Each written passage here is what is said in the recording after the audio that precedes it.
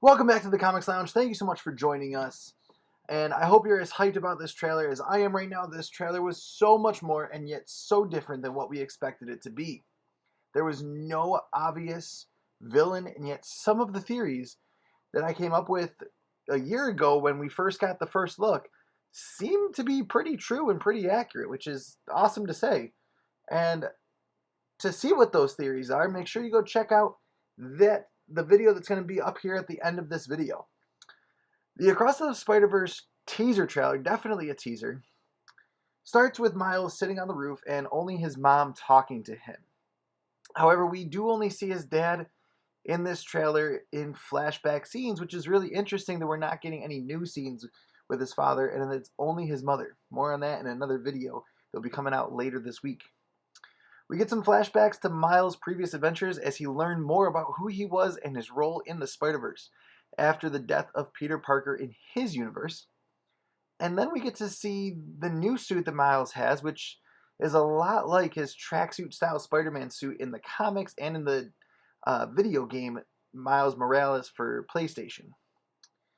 That is when Gwen pulls him into the Spider-Verse, but it's really unclear on how she is able to do this and if she used the device that Spider-Man 2099 had at the end of the first movie into the Spider-Verse. We only get to see one of her hands, and that seems as though it could be on her other hand, but that hand's and wrist is also covered up by a cardigan, but there is a little bulge right where there would be like a watch type device, which is very interesting, and that cardigan was not in the first look trailer that we got almost a year ago now. Next, we get an amazing glimpse at Spider-World. Is that what we're going to call this? Is that Spider-Verse? Are we going to call it Spider-World? Not sure what this is going to be called yet, but it is very interesting because everything is sideways and upside down and circling around with hundreds of Spider people playing a role in all of this. There are some classic Spider people, and even the bombastic Mr. Bagman makes his appearance in the trailer on Spider-World, and we get to see the PS4, PS5 version of Spider-Man as well, that beautiful white suit that I've been saying should be in a live-action movie for years, which is now possible because now the video games are overlapping with the animated, which could possibly overlap with the live-action at some point. Later, we get to see Miles and Gwen turn around after entering this universe for the first time, it seems, to see Peter B. Parker with Mayday Parker on his chest and a baby carrier, which is interesting for them to put that into the trailer. And enter Spider-Woman, someone we have heard is going to be in this trailer and in this movie, but she enters on a freaking motorcycle fighting Vulture. How badass was that? We then see Spider-Man 2099 watching a video of his daughter Briella on a hologram computer with Spider-Woman behind him. He seems to get angry at some event or another, and it seems like this will be the driving force behind the challenge our heroes will face. Miles' mom finishes her monologue very shortly after, and we jump back to Spider-World where all of the Spider people are tackling Miles, and it seems as though, based on the dialogue that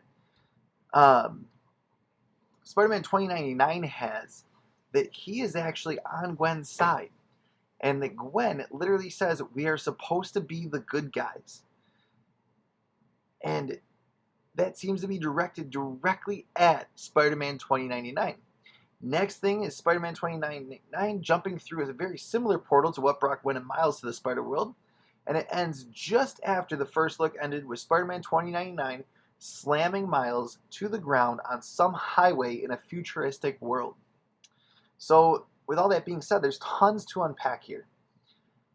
And at the Comics Lounge, we are going to unpack that. Because this was actually